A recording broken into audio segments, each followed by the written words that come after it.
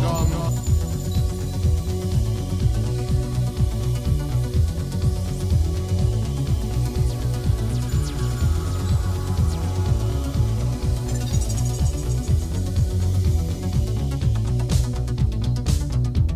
listening to Hear the Chew Bubblegum, recorded from a secret location in the city that moves mountains.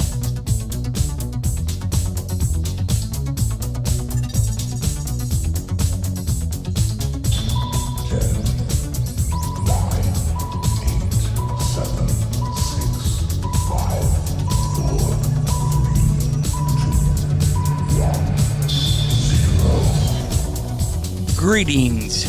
We come in peace. Episode 34. Here we are. It is 34. Oh, wow, it's 34 already. Did you think that we would have that many? No. Really? I figured it would be over by like episode 10. Oh, really? Yeah. Really? Well, why? That's probably, I mean, you joined, I think, maybe episode 8 or something. Exactly. So you figured it'd be over 2 episodes later. Yeah, I figured we destroyed by episode 10. No. We're gaining ground, gaining popularity. We are, you can listen to us worldwide. Let me go over that real quick. All right. And I would just refresh everybody's memory where our show has been heard at. Okay. In the meantime, you can also listen to us on Spotify, iTunes, iHeartRadio, Anchor, Podbean, Google Podcasts, just anywhere you find quality podcast. Indeed. Again, now this is the area that our listeners are from. Okay. United States, United Kingdom, Australia, Germany, New Zealand, Canada, Ireland, Philippines, Singapore, Nigeria, Indonesia, France, and recently Norway. Some of my favorite countries. Really? Mm-hmm. Mine too. Well, you know what's happening on July 31st? What? Can you tell me? Well, the Pikeville Comic and Toy Con. And guess who's going to be there, Goose? We are. We are. We certainly are.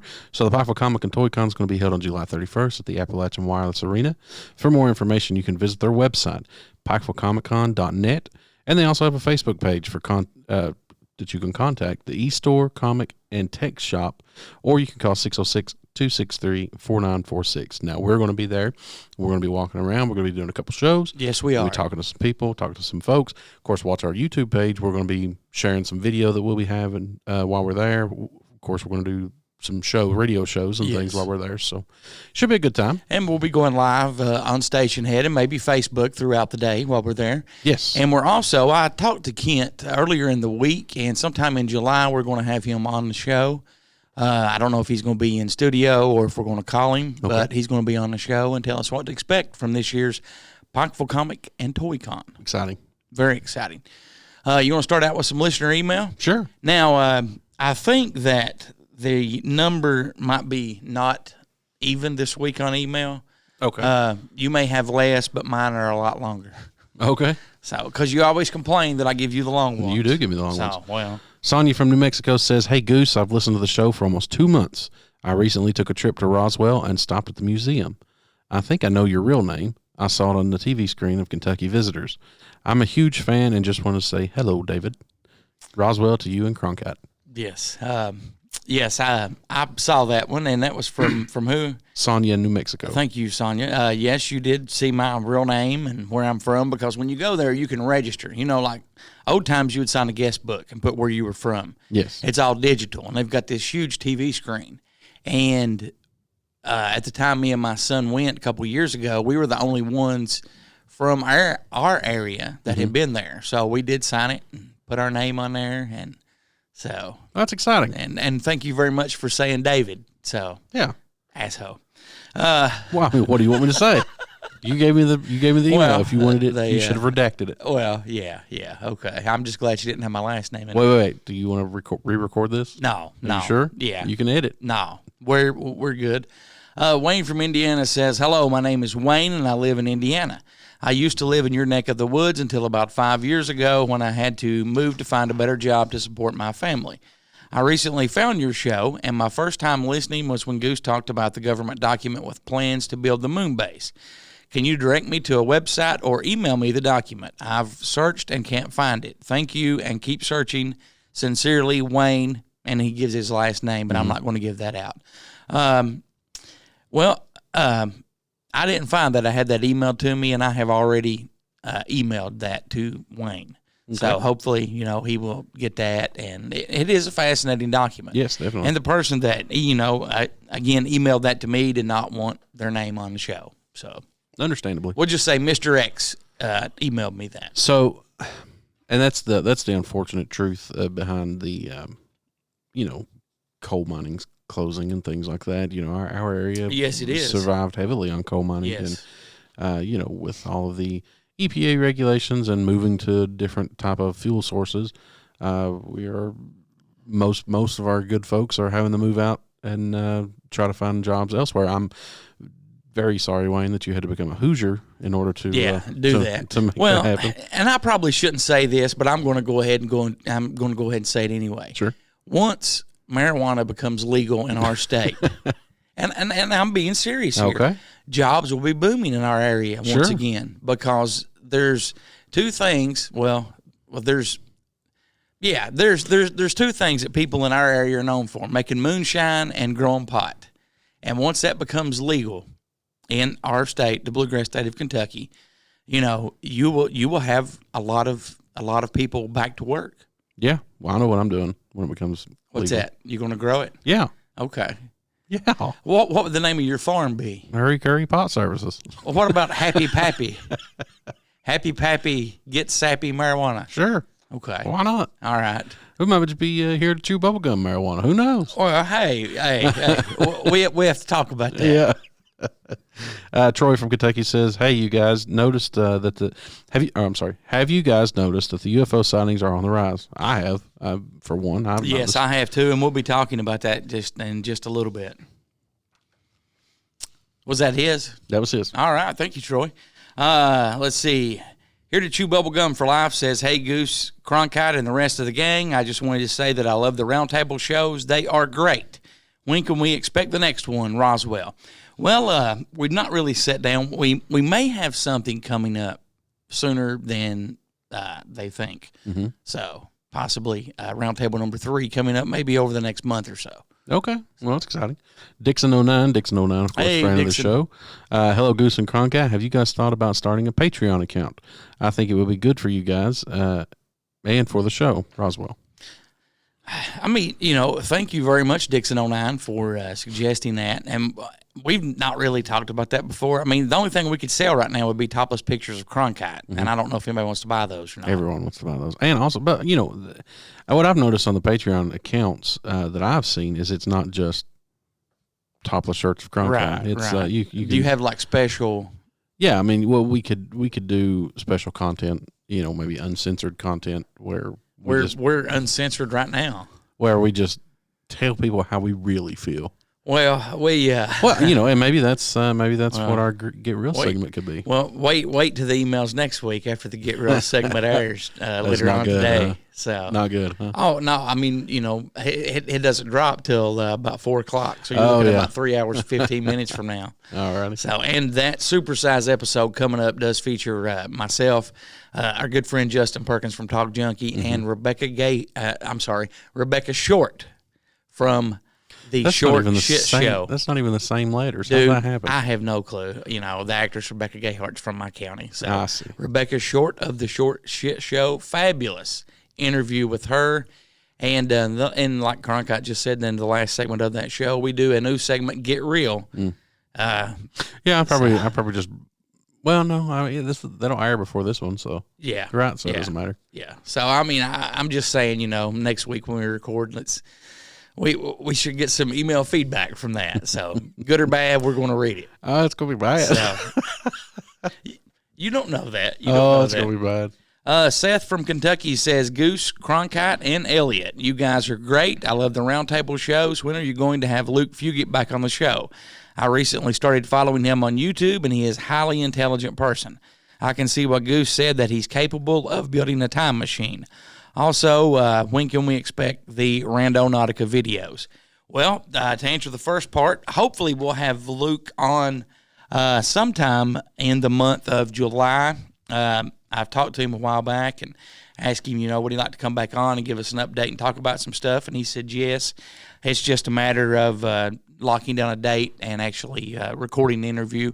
Or, Luke, you're welcome into Bunker anytime. We would love to have you in Bunker Studios. Definitely. Randonautica videos are coming soon, correct? Mm-hmm. Because over the next couple of weeks, we're going to pre-record a bunch of shows and, have some breaks on Sunday so we can actually go out and do some Randonautica videos. Yes. It's going to be exciting. Very exciting. Bill from Tennessee says, "Hello, everyone. My questions are for Croncat. If you saw a portal, would you go through it? Also, if I could draw, I'd try to draw you. Good luck with your company." Well, thank you, Bill from Tennessee. If I saw a portal, would I go through it? Like not knowing what's on the other side at all. Like no inkling. I before you answer, I'm going to guess that you say no, you would not, because you wouldn't even play the elevator game. I'll tell you what I would do is I would stick a GoPro through and then. Yeah, but Bill didn't ask that. Bill asked, would you go in it? Yeah, I'd go in. Really? Yeah, after I stuck the GoPro through. Okay. Yeah. What if it looked similar to our area? Then I'd go through. Really? If I knew I could get back. Right. What if you knew you couldn't get back? Then I probably wouldn't go through. Okay. Yeah, because I like it here. It's kind of a neat place. It's a very neat place. Yeah. Do you have any more? I'm out. I've got one more. Okay, go ahead there. Old Fart is this guy's name. Hey, old fart. I love that name. Says, "Croncat, stop making fun of Goose's age. Goose, be nice to Croncat. Do you two really dislike each other?" Yes. Yes, we do. Yeah. No. So much so that we decided to do a radio show together. Honestly, old fart, that's all for, laughs and stuff. But, I mean, we do pick on each other like we do when we're doing the show, when we're not doing the show. Yes. For instance, I'll text him sometimes, and I'll be like, you shitbag, you forgot to do this. Yeah. And Goose at the Cookie Factory is, in fact, my boss. So he does have to tell me to do things. Occasionally, so basically, we're good friends too. Basically, when he gets on the show, he gets to let me have it. Yeah. So and also we're good friends. Honestly, there's 3 people in this world that I can count on. One's name's Cherokee, one's name's Bunny, and the other one is Croncat. I know if I call these 3 people, no matter what time of the day or night, that they've got my back. And thank you very much for that. Well, I hope you feel the same way about me. Sure do. All right. Now, say something else, shitbag. No, I mean, Goose and I have two totally different senses of humor, and mine's funny, his is not. I have a dry sense of humor, and Goose has a juvenile sense of humor. So we get along pretty good as far as that goes. Yeah. But now, as far as on the show itself, sometimes we have differing ideas and we clash. That's just part of it. Yeah, and that's what makes the show very good, I think. Maybe we can put that stuff on Patreon. I don't know. Oh, well, I want to thank everyone that wrote in, took time to write in an email. How can they write in, Croncat? Yeah, Croncat, you can't send email on Apple Watch. You triggered the watch. Okay. Well, they can always call, text, or leave a voicemail at 606-373-3396, or you can email Goose at your email site, which is goose@heretechewbubblegum.com, or myself, Croncat, at heretechewbubblegum.com. You can reach us also through the show's actual website, which is heretechewbubblegum.com, or heretechewbubblegum@yahoo.com, and attention whatever you want to in the subject line. Yes. And we're going to take a break in just a moment, but before I do, tell us about the bad news segment that our listeners can get involved in if they want to. So the bad news segment is something that we've decided to start doing. Basically, if you have bad news that you want to deliver to someone, a significant other, an employee, a boss, whatever, you can email us or call us, let us know, give us the details, and we will deliver that bad news on the show, and it will be recorded. Yes. And I've not told you about this before the show, but I'm talking to listener Dale. Dale, first, we thank you for listening. And number 2, we are not going to call anybody and tell them that their spouse has passed away. That is just not funny.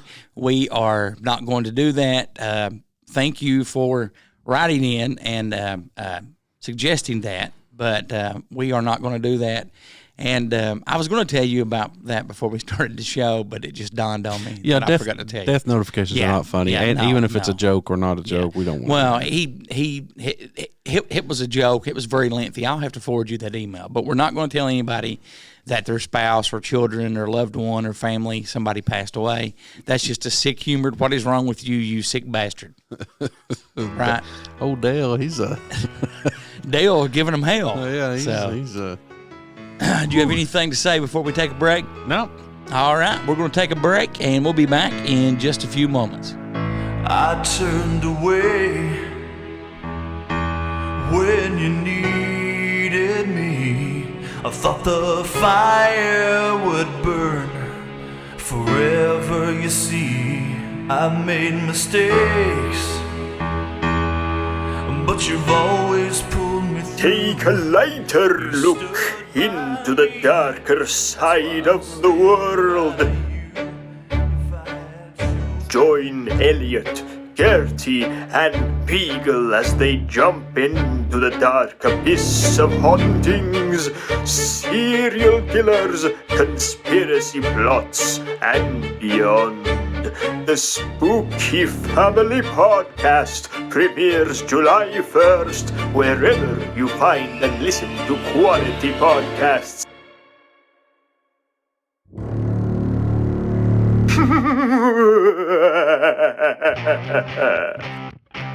Greetings. We come in peace. The City of Coal Run Village Mayor Andrew Scott and City Commissioners Beverly Jo Osborne, Big Joe Atkins, Trey Deskins, and Mike Steele encourage you to shop local. With over 200 businesses, the City of Coal Run Village offers games, restaurants, gas, auto parts, cars, and much more. You'll find all of this and more in the City of Coal Run Village. Shop local and shop often. Hey, this is Jennifer the Puppet. You're listening to Here to Chew Bubblegum with my boyfriend, Cronkite.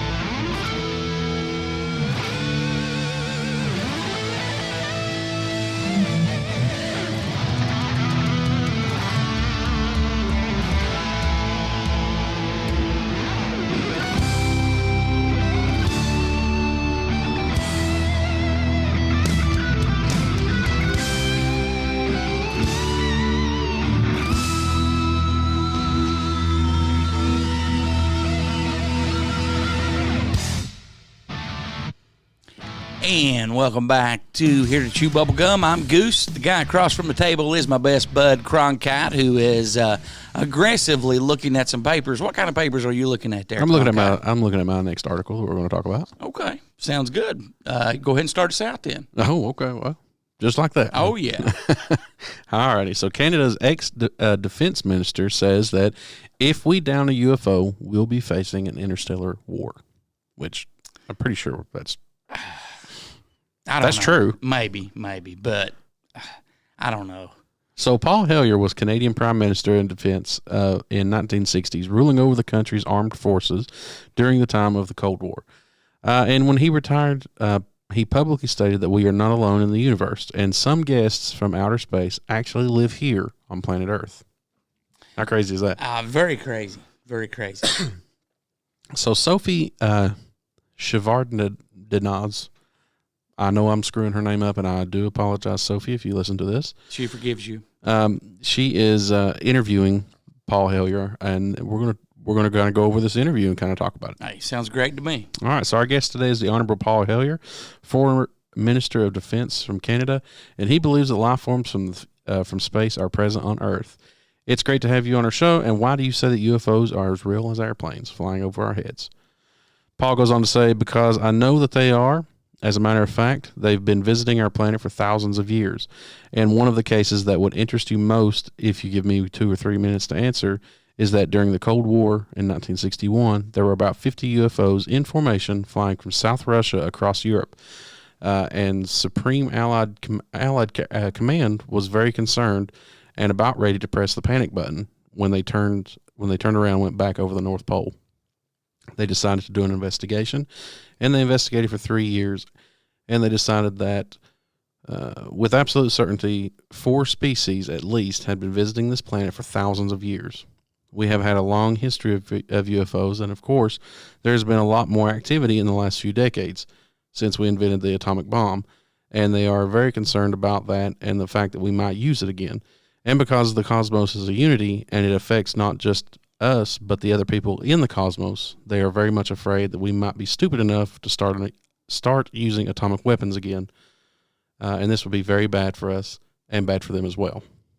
So that kind of goes back to what we were talking about when a lot of the UFO sightings we've seen have been over weapons ranges, military bases, bodies of water. Yeah, I mean, it's crazy. You know, and we've briefly talked about Paul before. It's been several episodes ago. We've talked about it. It might have even been one of the radio shows. We've talked about him. Yeah, it could have been. I was thinking that we have talked about Paul before. He's a fascinating guy. I mean, full of information. So, I mean, what do you think he means by we are a unity? The cosmos is a unity. Is everything? Well, I mean, you know, to me, that makes it sound like, you know, world leaders, world governments have knew about this for quite a while. They have a deal struck out with them. Mm-hmm. So, you know, certain ones they have a deal with, and that, you know, they're unified with the secret space program. Okay. Well, I mean, I guess what I was talking about was it says that the cosmos is a unity and it affects not just us, but other people in the cosmos. So I'm wondering, everything has to be connected, right? Because we've talked about in the past that, you know, everything on Earth certainly is connected by energy and whatever. So it extends out further. Yes. Well, let me ask you something, and this is not pertaining to that story, but it may tie around back to it, you know, and it ties around to being connected. Have you had problems going to sleep lately, the past couple of weeks? Yes. Worse than usual? Yes. Me too. And then when I do go to sleep, it is like such a deep sleep that I can't hardly wake up the next morning. Yeah. Same here. Same with me. You know, now Rebecca Short actually did a TikTok on that, and she's having the same problems, and her husband's having the same problems, and I mean, it's been happening to me for at least 2, maybe 3 weeks. You know, it's like, I mean, and I'm an early riser. I'm usually up before 7 o'clock every morning. Same here, You know, I'm not going to sleep till 1:30, 2 o'clock in the morning. That's me too. And, you know, and recently at the Cookie Factory, I've had to start getting up. Because it stays so hot during the summer that we've been starting to work overnight. So about 2 o'clock is when I have to get up. So I try to go to sleep about 7 or 8, something like that. Right. Midnight before I can fall asleep. Yeah, and then even on my regular shift, I go to sleep. It takes forever for me to fall asleep, and then when my alarm clock goes off, I cannot wake up. Yeah, I don't understand. I'm the same way, and that's not been happening to everybody. That's been happening to just a few select people. It's very strange. Well, I was kind of thinking about it today. I was like, man, I wonder if something's medically wrong, because I haven't talked to you about this, and I haven't told anyone about this. Well, and the reason I brought that up is because I did some little research on this too, and like I said, not everybody's being affected that way, but it seems the people that are waking up, so to speak. And you can go back to Ingersoll Lockwood Incorporated, that, you know, the Great Awakening. But it seems that the people that do it are having a problem going to sleep, or you're more open-minded people, one that tend to believe that life does exist out there, and that doesn't believe the mainstream stuff that's pushed down our throats all the time. Right. That is what I found out doing some research on that. That's very strange. So, I wonder what the connection is. I don't know, you know, but you mentioned the word unity, and that made me think of it. So. Yeah. So, Sophie asked her next question. No serious scientist has ever publicly confirmed evidence of an encounter with extraterrestrials. Why would scientists not confirm this fact if they exist? Paul says, I'm afraid they must go out of their way not to find out. Even if they do, 10% of the amount of research I've done in the past 8 years, they would be as convinced as I am. I mean, they could do it even faster. Might take a little longer, but they didn't have military background. But there are so many wonderful books that tell these stories, and they've been authenticated. The sightings have been authenticated by more than one witness, and also by radar. They have landed in various places around the world, including Russia. There's more famous cases there. I can't remember the name of the place, but it was widely reported at the time. A man wrote a book about it, and and then the French bought the book rights so it would not be circulated around. There's just so much evidence. If anybody will take the time off to do a little research about it and study, some people are interested and will take the time, and others will just say, oh, it's just fantasy. No, it's definitely not fantasy. No, not at all. So the next question is, you also told me that people write you emails, 3 to 5 emails a week, and they've actually been abducted or they have encounters with aliens. Do they actually tell what these aliens look like? I mean, everyone's interested. How would I know if I've seen an alien and he abducts me? First question you have to ask is how many species there are. I used to think there were between 2 and 12. Apollo astronaut Edgar Mitchell, who came to Toronto a few years ago and had dinner with us, agreed that there was something around 2 and 12. But the latest reports that I've been getting from various sources that are there are about 80 different species, and some of them look just like us, and they could walk around the street and you would not know if you walked past one. They are what we call the Nordic blondes, and also the tall whites, who were actually working with the U.S. Air Force in Nevada. They're able to get away with that. They had a couple of their ladies dressed as nuns to go into Las Vegas to shop, and they weren't detected. That's crazy. Wow. Yes, it is. So they're here. They're living amongst us. Yes. Then there's the short grays, as they're called, and they're the ones that you often see the most in cartoons, and they have very, very slim arms and legs. They are very short, just a little over 5 feet, and they have a great big head and great big brown eyes. But there are different species, and you have to know what the difference. You have to know that there are different species and know that they all are different. If you saw the short grays, you'd certainly know there's something up that you've never seen that before. But if you saw one of the Nordic blondes, you'd probably say, oh, I wonder if she's from Denmark or somewhere. Wow, that's crazy. Yes, it is. Well, when we talked and that makes you think of the Vril. Yeah. Yeah. Well, when we talked about the Aldebaran project, we were talking about the Nordics that came from, I guess it was the Aldebaran system that, kind of was trying to make a utopia. And of course, we all know what happened there. Yes. The Nazis kind of. Yeah. Nazis are bad. Yeah. The Nazis kind of just were Nazis and yeah. took it over and made it a really bad thing. So these species that you're describing, are they different in terms of nice and mean? Are some of them nice and benevolent and others nasty? How are they?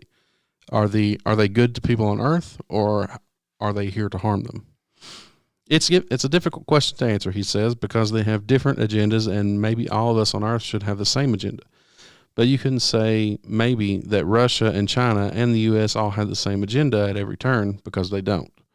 I would say that nearly all of the benign and benevolent, they are all benign and benevolent, and they do want to help us. There may be 1 or 2 species which do not. That's one of the things I'm investigating at the moment, to see who they are, what they are up to, and what their agendas really are. Excuse me. So these God bless you. So Sophie says, these extraterrestrial creatures, where did they come from, and how did they get here to Earth? Paul says they came from various places for a long while. I only knew about the ones that came from different star systems, like Pleiades, Zeta Reticuli, and several other star systems.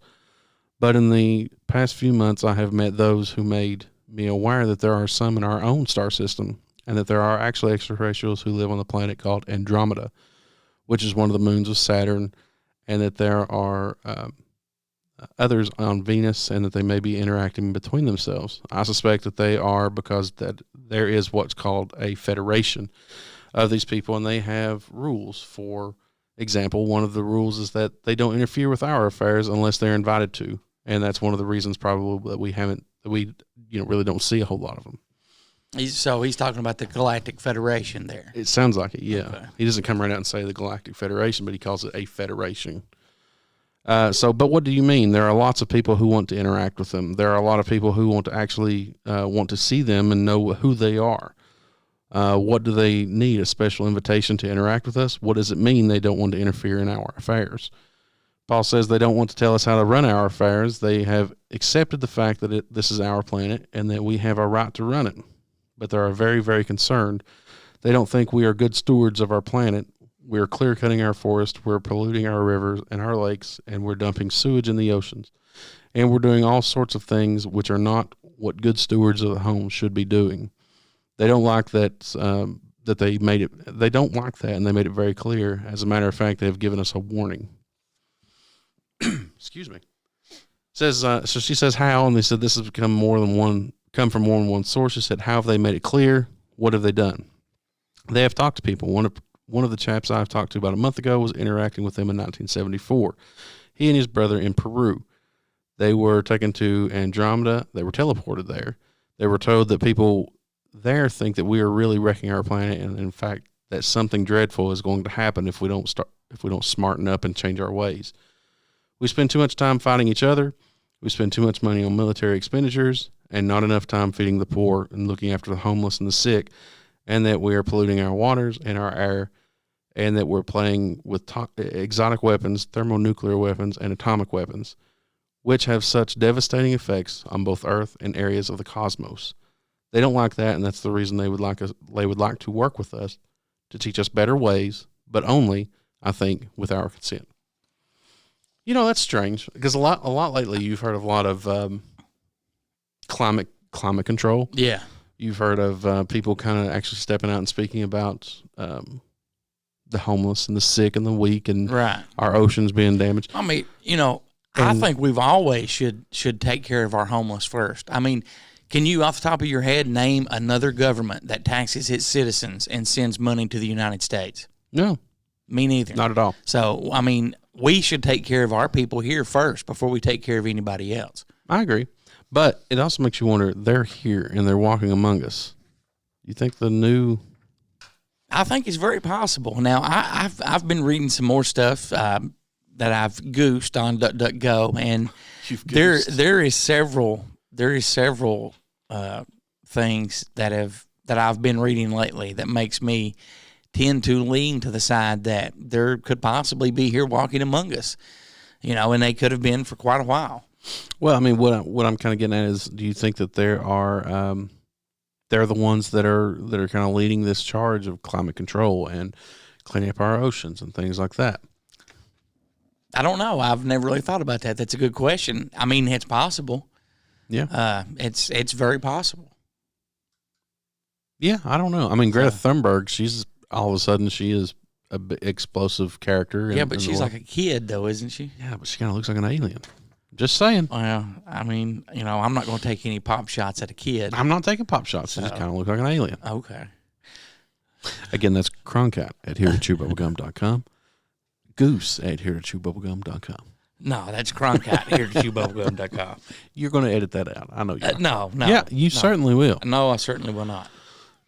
Why is it whenever you screw up, you edit it out? When I screw up, Hey, brother, I have edited stuff out that you have said before.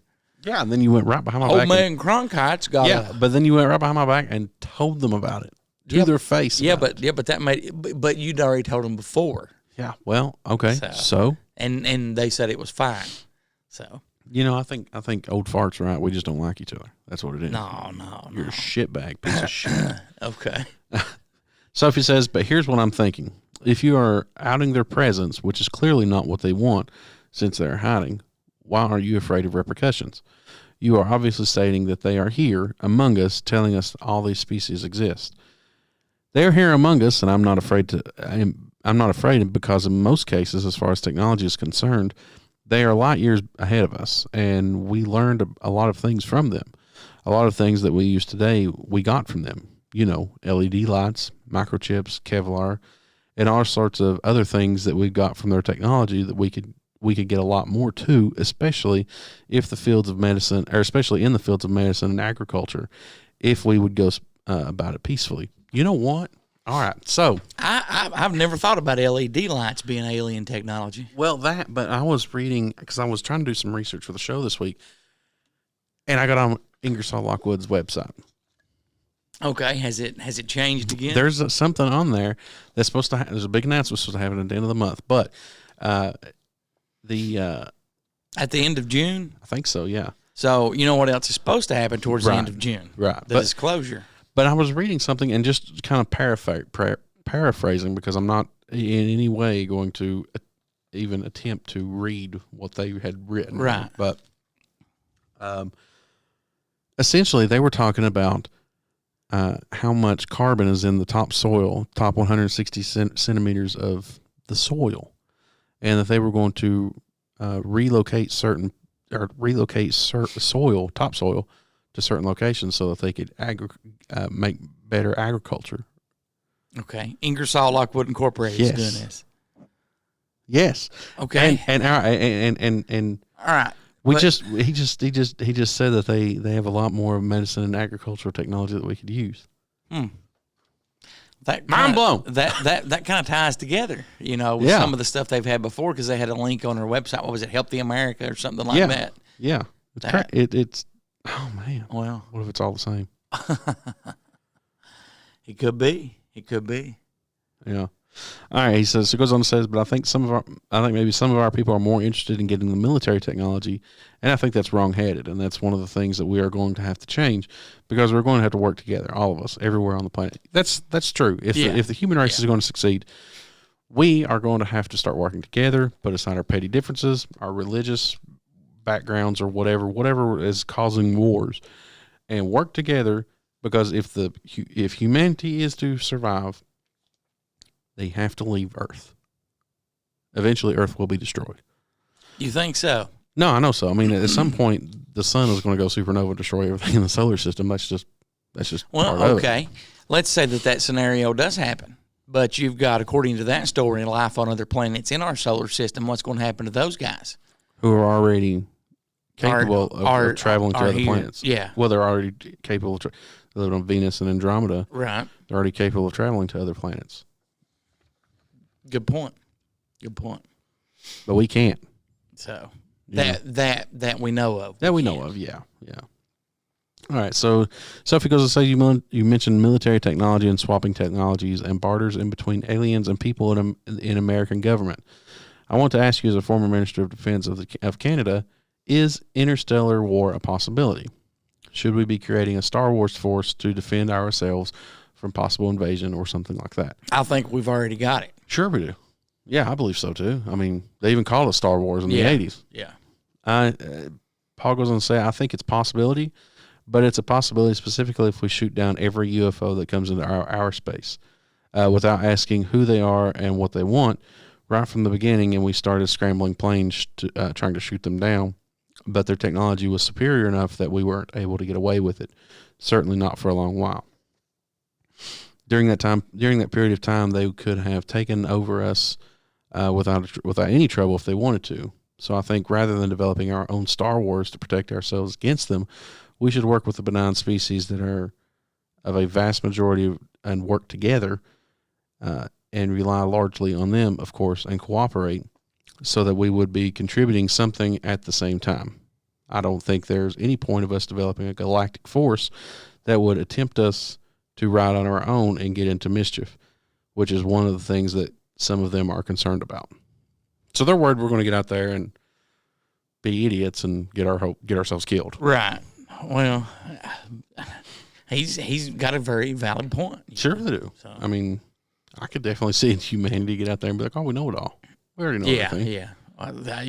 Humanity in whole already has that thought process. Mm-hmm. So Sophie says, what do you expect to happen if people start to believe in alien existence on Earth?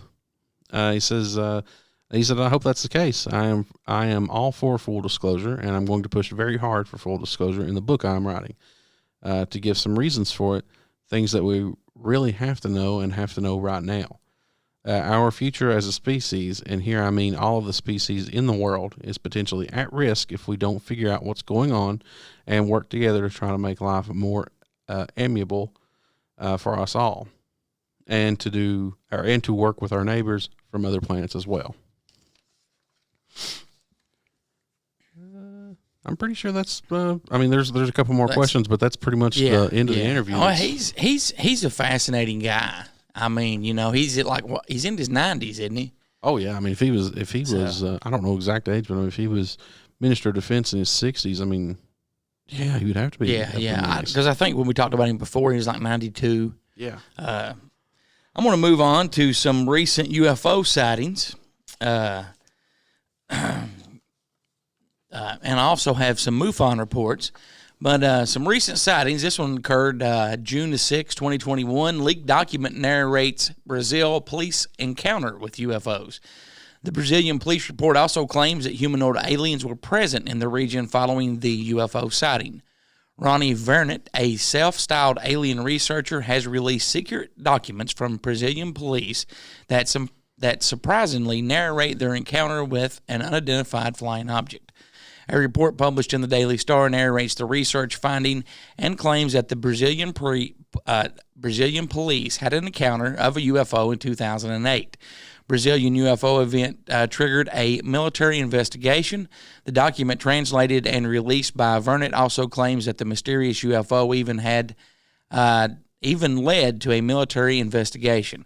According to the report, a woman who wishes to remain nameless saw an object descend at high speed from the sky on November 19th, 2008.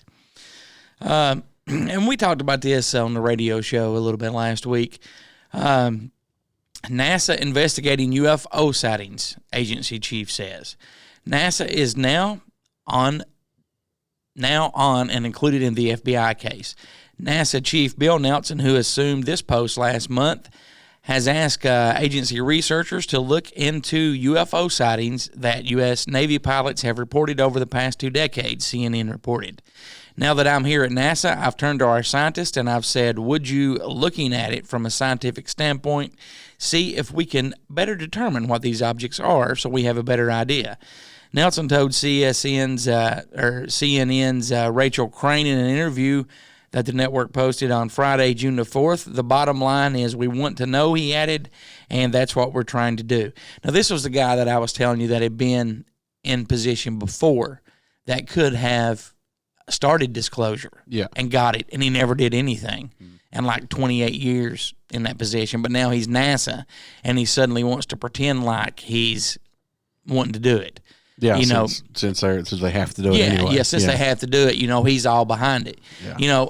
To me, because he should have already had the ball rolling. Yes, and he has previous information on that, and I can't remember what his title was. But that, number one, that sounds like to me he knows what, if they do put it out there, that report is going to say yes, they do exist, and he wants to be on the bandwagon, so to speak. Yeah. So typical politicians, right? Oh yeah. Let's see. Moving on to some MUFON reports. Okay. Now, these are taken from the MUFON website. Now, normally when a sighting is reported in MUFON, it's let's say if you saw something Friday and you might have reported it on Saturday or Sunday, there's like a day or two, maybe 3, days difference. Okay, these first reports all were reported to MUFON on June 11th of this year, which was just a few days ago. The first one says it took place in Florida. White hovering cylinder. First sighting was horizontal. Then the second was time and digital. Oh, okay. The second time it was diagonal. So the first sighting was horizontal. The second sighting was digital. I don't know why I said. Oh, it's all right. Diagonal. The second one here took place. I'm sure everyone that was listening had the same face that I did. Like, probably digital. What? The second one took place in Hawaii. They saw moving lights change directions. Object appears during a lightning storm and in the clouds. Chicago, Illinois, where we were making an approach to the O'Hare Airport, looked out the right window and saw a metallic object hovering in the clouds. Let's see. Norman Park, Georgia. Object flew over the house around 2,000 to 3,000 feet. In East Canton, Ohio, the object is in the right side of the lower area of the pics. They had pics posted.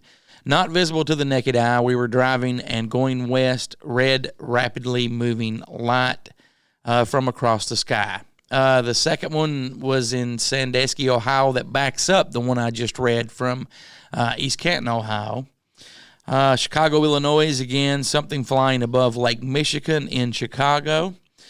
Bellevue, Minnesota, witnesses identify a UFO heading towards Elephant State Park, Missouri. So that was in Missouri, not Minnesota. On June the 10th in East Windsor, New Jersey, they were out for a drive and saw 3 to 5 objects that were orange merge together and appear as one. Again, that was on June the 10th. The rest of these are on June the 10th in Glendale, Arizona. The movement was human-like, and weird noise picked up a digital camera 5 times in a row. So the object seemed to move human-like, whatever that means. From Massachusetts, 5 times in a row, probably 6 times a day. I see them. I do self-hypnosis and listen to music, and they will come. That must be a student of Dr. Stephen Greer. Ann Arbor, Michigan, on June the 10th, 2021, I saw 5 lights in the sky. They formed an angle V-shaped with a black outline. Also on June 10th of this year in Oceanside, California, I observed 3 objects over Oceanside Harbor moving fast through the river valley. And those are just some recent sightings of from MUFON, and then that other one from Brazil that I started out. But we talked about, sightings are going up. Yes. Going up way, way, way up, Very much from what they have been in the past. So Yeah, very much so. It seems like every day there's multiple sightings. Yes. Makes you wonder. We already know there's something out there. No, I mean, it makes you wonder why all of a sudden. Now, You're getting more and more sightings. But now again, it could be everyone has a better phone in their hands all the time now, too. Yes, but it's still hard to get a picture of a UFO. Right. Oh, we're going to take a break. We're going to not have Elliot's articles this week. We're going to have a special clip from episode 1 from the Spooky Family podcast. Oh, boy. And when we come back, we'll be talking about George Flyer. And do you have anything else? I don't. I will tell you who George Flyer is. I'm excited. What are we listening to? Here to chew bubble gum. We'll be back in just a moment. She's so confused, but the life she chose is for real. And time again, I told her over and over, I keep on going through this world alone.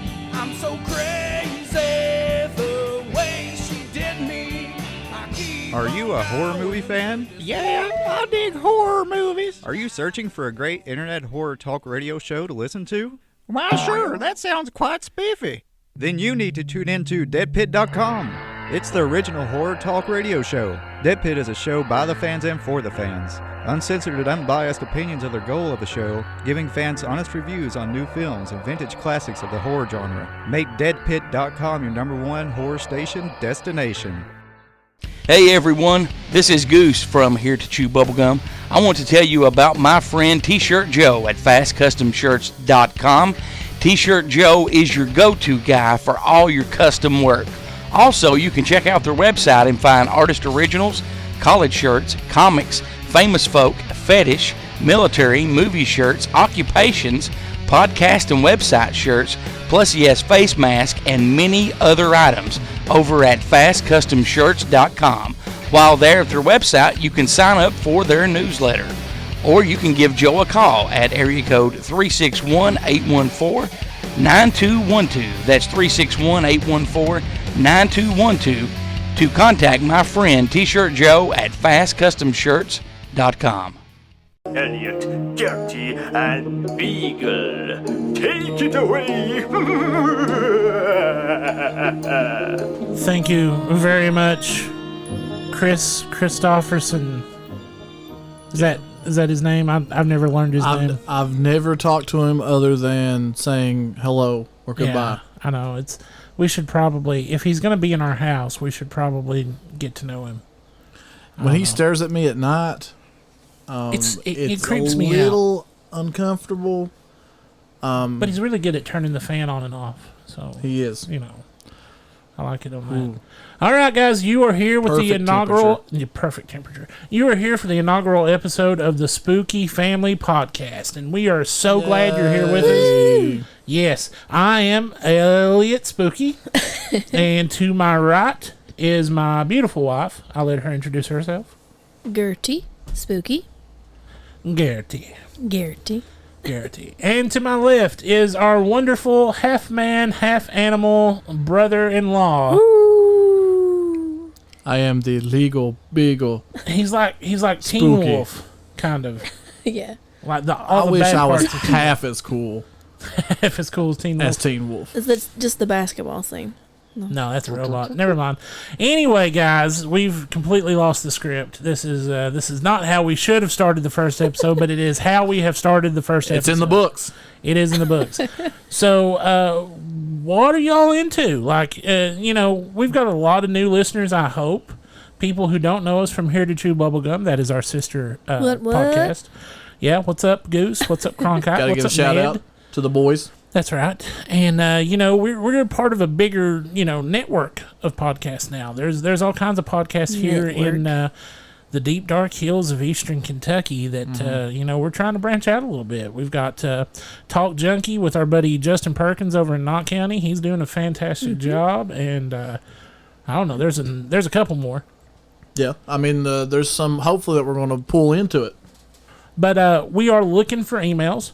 If you want to email us, please do so. It's Elliot at spookyfamilypodcast.com. Gertie at spookyfamilypodcast.com. And Legal Beagle. Nope. It's not Legal Beagle. It's just Beagle. Just Beagle. It's just Beagle. They couldn't get legal. It's No. not formal. Nope. No formality to it. Then it'll be. We were sued. Wow.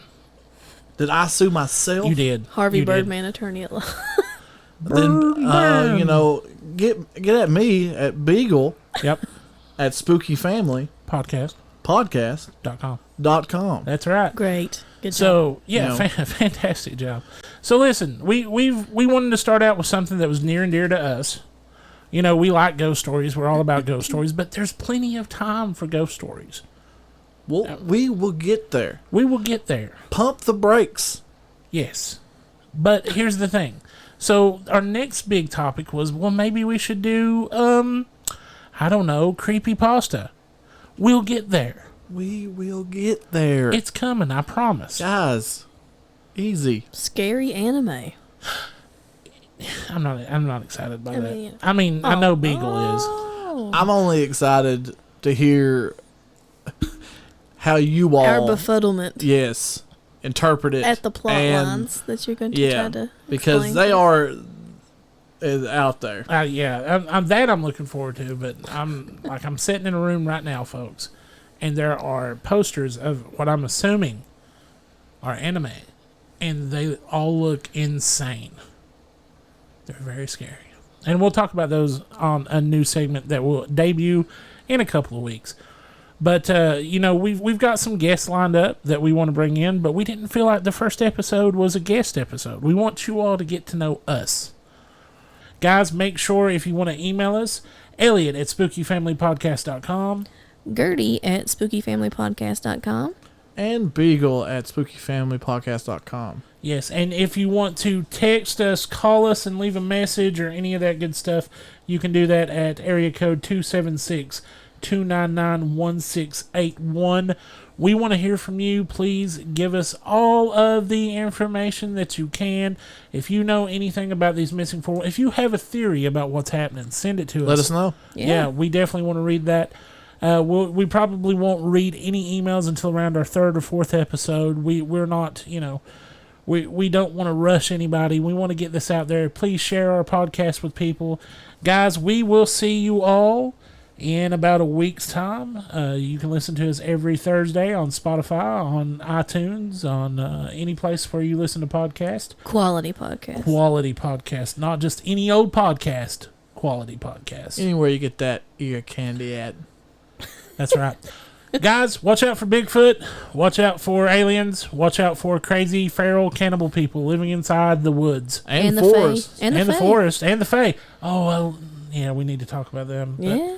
all right, guys. This is Elliot for the Spooky Family Podcast. Stay vigilant. Elliot and the family out. Peace. Bye-bye. It's now time for Ned Said on Here to Chew Bubblegum. You can't describe a color without saying a color.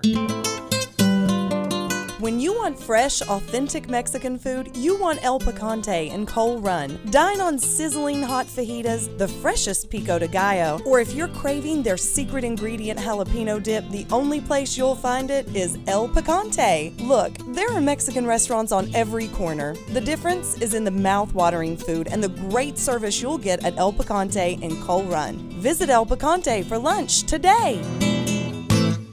You're listening to Here to Chew Bubblegum. If Abraham Lincoln were alive, he'd listen, but he's dead. I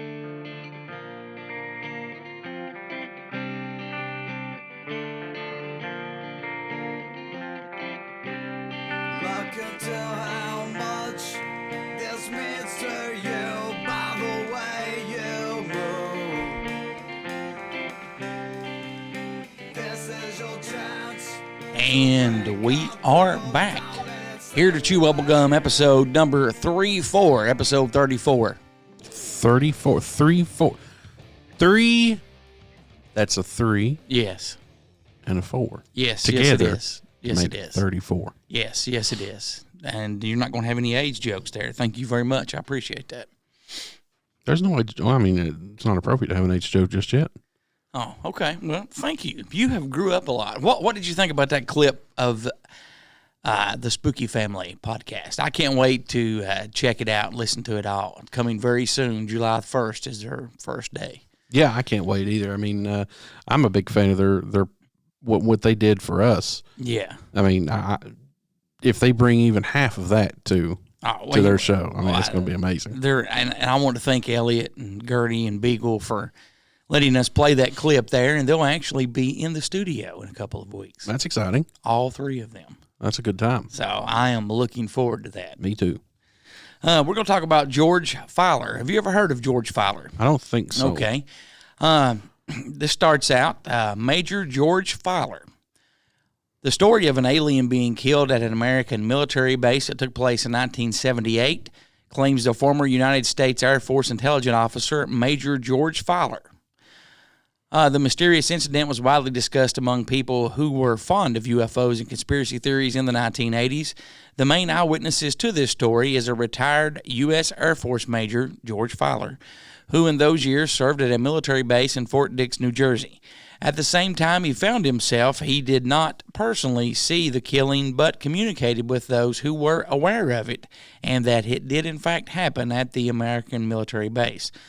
The story goes, on January 18, 1978, around 2 a.m. near Fort Dix, a military policeman, while patrolling, noticed an unidentified object in the sky. Since the object did not resemble U.S. military aircraft, the officer suspected the object might be an enemy spy and began pursuit in his car. After 2 hours of pursuit, the officer finally caught up with the object, and the unidentified object was hanging directly over his head, emitting an intense blue glow. After observing the UFO in the sky, he suddenly saw a thin and gray-brown creature that appeared next to his car. The headlights of the policeman's car illuminated the creature well, and what he did next was shocking even for him, he said. He immediately drew his pistol and instructed the creature not to move. He then argued that the creature ignored his order, and he shot him. Moreover, from a state of shock, he struck 5 bullets into the creature at once. Once the police officer called the leaders at the American military base, a special mop-up team arrived at the scene.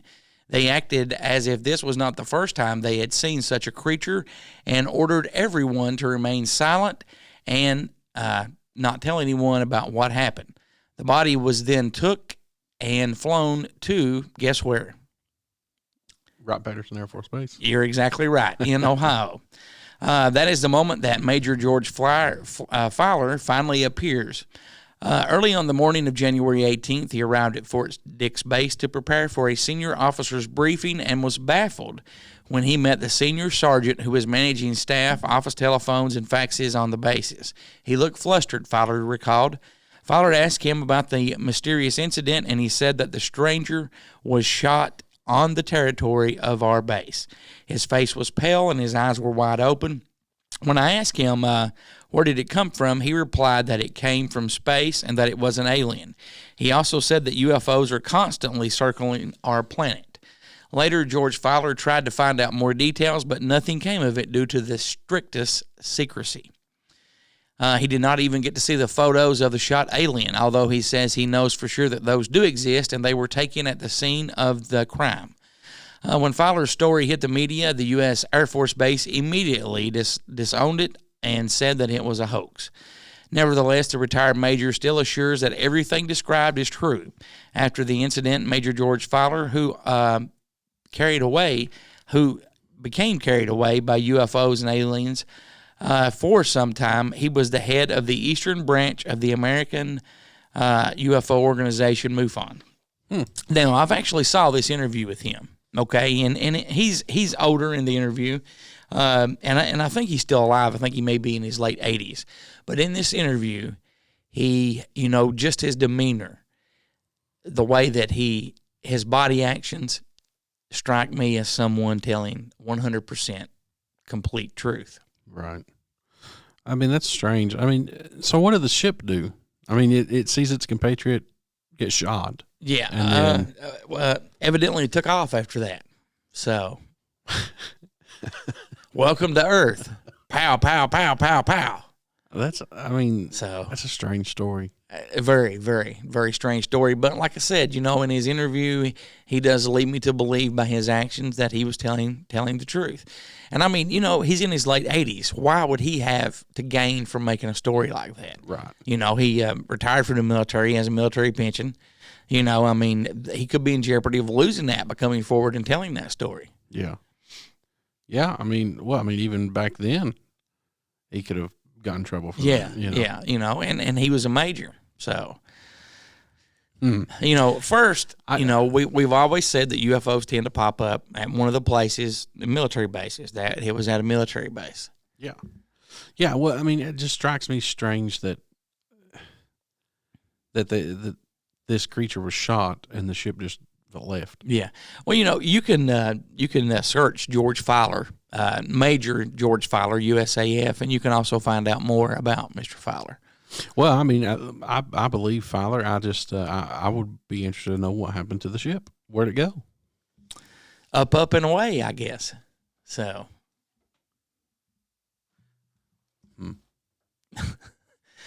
That one's messed with me a little bit. What's your thoughts on it? What do you think? I just don't understand. I mean, like, you could the ship could have probably destroyed that police car and that. Oh yeah, definitely. That MP. Definitely. I mean, I don't know. It's strange. I believe the fans and the AC in the bunker have stopped working. Let's hope not. We'll have to get Papa to check that out. I can tell that you're sweating profusely. Yeah, it's bad. So I'm fine. I'm comfortable in here. Of course you are. So, we've talked about the Space Force. Do you want to go ahead and talk about this, or save this one for later and just put it into this episode? Whatever you want to do. You're the captain of this boat. I'm the captain. Well, let's save the Space Force for another day. Okay. This may be one of our shorter episodes, but the episode before this was 3 hours, so you got a supersized episode there. We're going to go ahead and wrap it up. Don't forget, Elliot and the Spooky family will be in the bunker in a couple of weeks. We look forward to having those guys. Let's see. Thank everyone that wrote in. You can always contact us by calling, texting, or leaving a voicemail. 606-373-3396 or email. Goose at hitterchewbubblegum.com or Croncat at hitterchewbubblegum.com or hitterchewbubblegum at yahoo.com. And don't forget about the Pikeville Comic and Toy Con. When's that coming up, Croncat? Tell us all about that. July 31st, the Appalachian Wireless Arena. You can reach their website, PikevilleComicCon.net, and they also have a Facebook page, the eStore Comic and Tech Shop on Facebook, or you can call 606-263-4946. Sounds good. Before we go, I want to say special thanks to Carlin for all the voiceover work, CK, Uncle Bill, and the rest of the gang at deadpit.com. Justin Perkins of Talk Junkie. Be sure to check out Down on the Holler with Jordan and Brad, Seth's daily podcast. Also, don't forget about the Spooky Family Podcast debuting July 1st. For more information, visit spookyfamilypodcast.com. That'll do it for this week. We'll see you next week, and until then, so long for now.